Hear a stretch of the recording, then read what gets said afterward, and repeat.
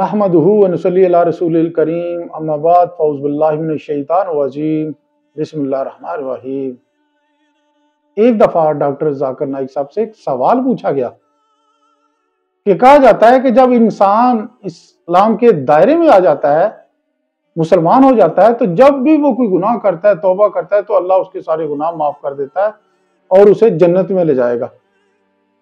लेकिन जो दूसरे मजहब के लोग हैं, हिंदू हैं, ईसाई हैं, सिख हैं, जब वो कोई गुनाह करते हैं, एज ए हिंदू तौबा करते हैं, तो उनकी तौबा कबूल नहीं की जाएगी और उनको दोज़ख में डाला जाएगा। उसने सवाल किया कि क्या अल्लाह आदल नहीं है? तो इस पर्सपेक्टिव में डॉक्टर जाकिर नाइक साहब ने बड़ा खूबसूरत जवाब दिया। आइए वो जवाब सुनते हैं। आपने बोला है कि जो इस्लाम कबूल करता है उसके हजारों गुनाह माफ़ हो जाता है, मगर मेरे हिसाब से सबका मालिक एक है और एक मालिक होते हुए किसको ये नज़र से देखता है और किसको वो नज़र से देखता है। हिंदुओं को माफ़ नहीं करेगा और जो इस्लाम धर्म स्वीकार करता है उसको माफ़ कर देगा। ये कौन सा ऊपर वाले का कानून है जो मेरी समझ में नहीं आ रहा है। बहुत अच्छा सवाल, बहुत अच्छा सवाल। मालिक एक तो सारे इंसानों के लिए अदल भी एक होता है। बहुत अच्छा सवाल, बहुत अहम सवाल। भाई का सवाल है कि ये किधर का मुसलमानों को माफ़ करता है, हिंदू को नहीं माफ़ करता है। मैंने आपसे कहा कि जो इंसान नाम का मुसलमान है, उसका नाम मोहम्मद अब्दुल्ला जाकिर है, तो वो काफ़ी नहीं जन्नत में जाने के लिए। मुस्लिम का मतलब वो इंसान जो अमन हासिल करता है अपनी ख्वाहिश, अपनी मर्ज़ी से खुदा के अहकामात पे अमल करने के बाद। यानी जो इंसान अपने मालिक के अहकामात पे अमल करता है वो सच्चा इंसान है। वो नाम का क्या है उसका मैं कोई लेना देना नहीं। यहाँ मैं कह रहा हूँ कि जो इंसान अल्लाह के अलावा किसी के साथ शिर्क कर रहा था, आज शिर्क करना छोड़ दिया, आज उसके गुनाह माफ़ होंगे। चाहे कोई भी हो, आप भी अगर कहते कि मैं शिर्क करना छोड़ दूंगा, अल्लाह के अलावा किसी और की इबादत नहीं करूँगा जो हिंदू मज़हब की किताब में लिखा है, और मैं मानूंगा आखिरी पैगंबर मोहम्मद सल्लल्लाहु अलैहि वसल्लम में, चाहे आप ईसाई है, चाहे आप हिंदू है, चाहे आप यहूदी है, आज आप अगर अपने मालिक का कहना मानेंगे तो आपका मालिक आपको माफ़ करेगा। लेकिन अगर आप कहेंगे मेरा मालिक एक, लेकिन मालिक का कहना नहीं मानेंगे तो मालिक कैसा माफ़ करेगा। मिसाल के तौर पे एक एग्जामिनेशन होता है, टीचर सारे तालिबे इल्म के लिए बराबर है। टीचर एक साल के लिए सारे तालिबे इल्म, सारे स्टूडेंट्स को सिखाता है, बराबर। लेकिन एग्जामिनेशन में जो टीचर पूरे साल भर सिखाता है, जो तालिबे इल्म वो टीचर के सिखाए मुताबिक एग्जामिनेशन पेपर में लिखता है, वो पास हो जाएगा। जो तालिबे इल्म टीचर जो सिखाता है उसके खिलाफ काम करता है, तो टीचर क्या उसको पास करेगा?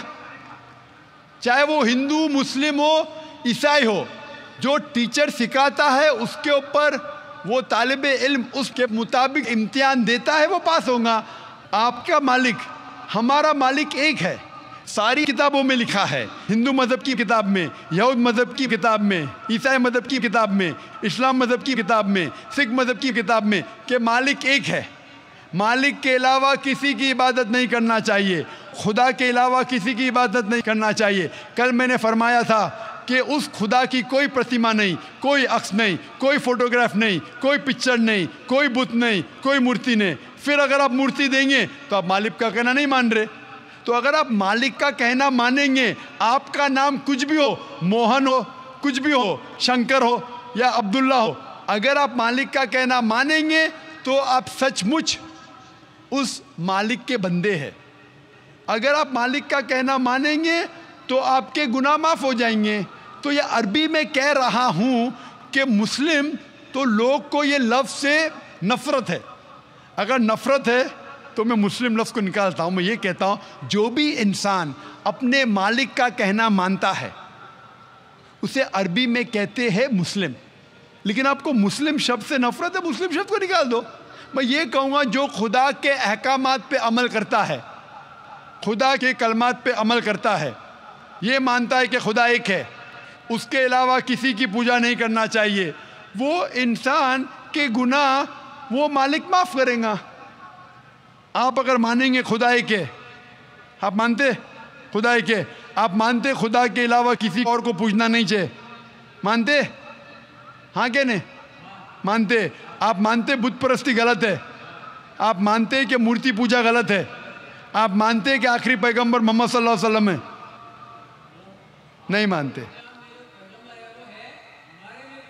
बोलते हैं जैसे शिव शंकर को पैगंबर बोलते हैं, जैसे साईं बाबा को ये सब जो पैगंबर हो गए, ये हर फरिश्ते ऐसे ऐसे आते गए। आपने मेरी 15 तारीख की तकरीर सुनी? मैंने नहीं सुना। मोहम्मद सल्लल्लाहु अलैहि वसल्लम का जिक्र मुख्तलिफ मजहबी किताबों में। आप कैसेट लीजिए, मेरी तकरीर है मोहम्मद सल्लल्लाहु अलैहि वसल्लम का जिक्र मुख्तलिफ मजहबी किताबों में। इसमें मैंने साबित किया हूँ कि मजहबी किताब बदलने के बावजूद सब मजहबी किताब में लिखा है कि आखिरी पैगंबर आने वाले हैं। उस आखिरी पैगंबर का नाम है मोहम्मद सल्लल्लाहु अलैहि वसल्लम। आप हिंदू मजहब से ताल्लुक़ रखते?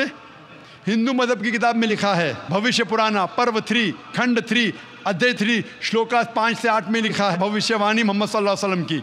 आप पढ़ेंगे भविष्य पुराना पर्व 3 खंड 3 अध्याय 3 श्लोका 10 से 27 में मोहम्मद सल्लल्लाहु अलैहि वसल्लम का जिक्र है। आप कुंटब सुक्ता पढ़िए, अथर्वा वेद में लिखा है, किताब number 20 him number 127 shloka number 1 से 14 में लिखा है मोहम्मद सल्लल्लाहु अलैहि वसल्लम के बारे में। आप पढ़िए अथर्वा वेद किताब नंबर 20 अध्याय नंबर 21 श्लोका नंबर 6 और 7 में मोहम्मद सल्लल्लाहु अलैहि वसल्लम का जिक्र है। मोहम्मद सल्लल्लाहु अलैहि वसल्लम का जिक्र है साम वेद में अहमद जैसा, साम वेद उत्तर चिक मंत्रा नंबर 1500 लिखा है। यजुर्वेद में अध्याय नंबर 31 श्लोका नंबर 18 में। आप पढ़ेंगे ऋग्वेद किताब नंबर 8 अध्याय नंबर 6 वर्ष नंबर 10 में। आप अगर पढ़ेंगे अथर्वा वेद किताब नंबर 8 अध्याय नंबर 5 श्लोका नंबर 16 में मोहम्मद सल्लल्लाहु अलैहि वसल्लम के बारे में अहमद लिखा है। अथर्वा वेद किताब नंबर 20 हिम नंबर 126 वर्ष नंबर 14 में कई जगह लिखा है नारा शंसा। नारा शंसा मतलब वो आदमी जो प्रशंसा के लायक है। इसका अरबी में तर्जुमा होता है मोहम्मद। मोहम्मद सल्लल्लाहु अलैहि वसल्लम का नाम से जिक्र है हिंदू मज़हब की कई किताब में। ऋग्वेद किताब number 1 hymn number 13 verse number 3, Rigveda किताब number 1 hymn number 18 verse number 9, Rigveda book number 1 hymn number 106 verse number 4, Rigveda book number 1 hymn number 142 verse number 3, Rigveda book number 2 hymn number 3 verse number 2, Rigveda book number 5 hymn number 5 verse number 2, Rigveda book number 7 hymn number 2 verse number 2, Rigveda book number 10 hymn number 64 verse number 3, Rigveda book number 10 hymn number 182 verse number 2, Yajurveda chapter number 20 verse number 55, Yajurveda chapter number 20 verse 37, Yajurveda chapter number 20 verse 57, Yajurveda chapter 21 verse number 31। मैं सिर्फ हवाले दे सकता हूँ आपकी किताबों में से सिर्फ घंटों तक जिसमें लिखा है मोहम्मद सल्लल्लाहु अलैहि वसल्लम आखिरी पैगंबर है। आज जो इस्लाम कबूल कर रहे हैं उनको ये समझाओ कि इस्लाम धर्म क्या है। उनको वो समझ में, मेरे भी समझ में नहीं आ रहा था इस्लाम बोलते किसको है। आपने कहा कि जो लोग इस्लाम कबूल कर रहे हो उन्हें समझाओ इस्लाम धर्म क्या है। आप नहीं समझे, वो लोग समझे इसलिए तो इस्लाम कबूल किए। आप भी समझेंगे तो आप भी कबूल करेंगे। ये 10 रोज़ा कॉन्फ्रेंस जो था, हमारा मकसद था बताने के लिए सारे इंसानों को इस्लाम क्या है। ये मीडिया जो इस्लाम को पेश कर रही है ये तोड़ मड़ोड़ के पेश कर रही है। हमारा मकसद ही था बताने के लिए सारे इंसानों को इस्लाम क्या है। अगर आप इस्लाम को नहीं अब तक जाने तो बेशक कबूल मत करो। जब भी पहचान लेंगे इस्लाम को तो इंशाअल्लाह आप भी शहादत देंगे। मेरी दुआ है अल्लाह सुब्हानहू व तआला से, उस मालिक से कि आपको हिदायत दे कि आप ये माने कि अल्लाह एक है, अल्लाह के अलावा कोई माबूद नहीं और मोहम्मद सल्लल्लाहु अलैहि वसल्लम आखिरी पैगंबर है। मैं कहूँगा वॉलंटियर से कि आपको मेरी DVD दे मोहम्मद सल्लल्लाहु अलैहि वसल्लम का जिक्र मुख्तलिफ मजहबी किताबों में, उसमें सारे हवाले हैं। और एक खुसूसन तकरीर है मोहम्मद सल्लल्लाहु अलैहि वसल्लम का जिक्र हिंदू मजहबी किताब में, सिर्फ हिंदू मजहब में। आप उसको देखो और इंशाअल्लाह आप इस बात को तस्लीम करेंगे आज नहीं तो कल कि अल्लाह एक है, उसके अलावा कोई माबूद नहीं और मोहम्मद सल्लल्लाहु अलैहि वसल्लम आखिरी पैगंबर है। Hope the answer the question. इजाज़त दीजिए इस दुआ के साथ, अल्लाह पाक हमें खुशियाँ दे और खुशियाँ बांटने की तौफीक दे।